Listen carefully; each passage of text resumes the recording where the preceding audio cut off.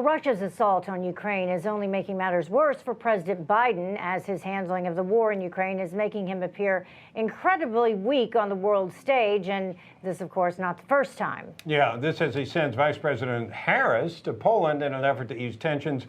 Our next guest notes that, quote, sending Kamala Harris to Poland to solve the Ukrainian crisis is like sending Dr. Joe Biden to do heart surgery. Yeah, joining us now to discuss is founder of Turning Point USA, Charlie Kirk. Charlie, thank you very much for joining us. Obviously, this is by far not the first time that, in my opinion, President Biden's looked weak on the world stage. We could begin with, Afghanistan, and now we have Ukraine.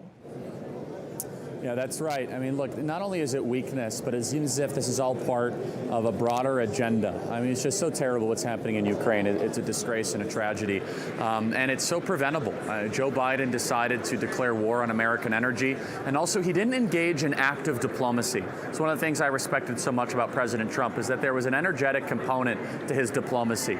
He was always trying to exhaust the options and the channels of dialogue and talking before military action ever happened. He went to North Korea. He was willing to do the unusual face-to-face conversations. He met with Xi Jinping at Mar-a-Lago. He went to Helsinki to go meet with Vladimir Putin. And I believe that was a big part of his foreign policy, which was, we're going to have the strongest military ever to exist. We're going to project strength. We're going to drop the mother of all bombs. We're going to take out Qasem Soleimani. We're going to take out al-Baghdadi. But also, I'm going to talk to our adversaries face-to-face. If they're actually going to engage in this sort of behavior, I'm not just going to hide behind some conference call line like Joe Biden does and phones it in and goes to Delaware. And so it's a tragedy what's happening. And I think that President Trump never got the credit he truly deserved for his energy, his prudence, and his willingness to actually engage on a face-to-face level and call out these tyrants and these dictators for who they are. He put them on notice. You might remember when the Helsinki summit happened between Putin and Trump, he was widely attacked as being a Putin agent, so on and so forth.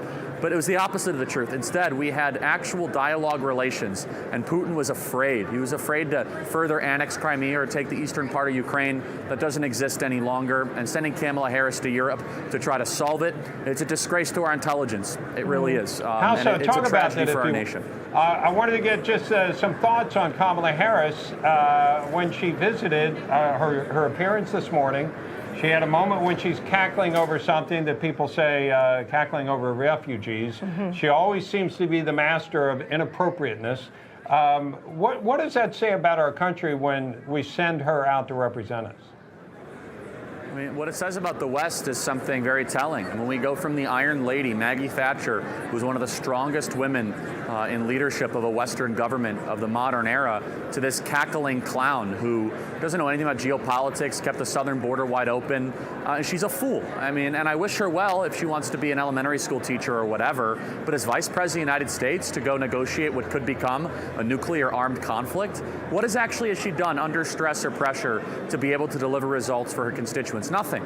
She doesn't have the ability to be able to do what Winston Churchill or Maggie Thatcher or any of our great leaders of the West have been able to do before. This is a high-stakes moment. This is not a game. This is not some sort of West Wing episode where you can kind of parachute in and fast forward across the stressful scene. No, this is a real thing. Thousands of people are dying, and Kamala Harris is probably one of the worst people we could send into that arena. But I'm here at the National Religious Broadcasting Convention, and I would pick any one of these people at random to go represent us right now in that negotiation over Kamala Harris. We're the greatest country ever to exist in the history of the world. And to think out of 335 million people, the best we have to offer is this clown Kamala Harris.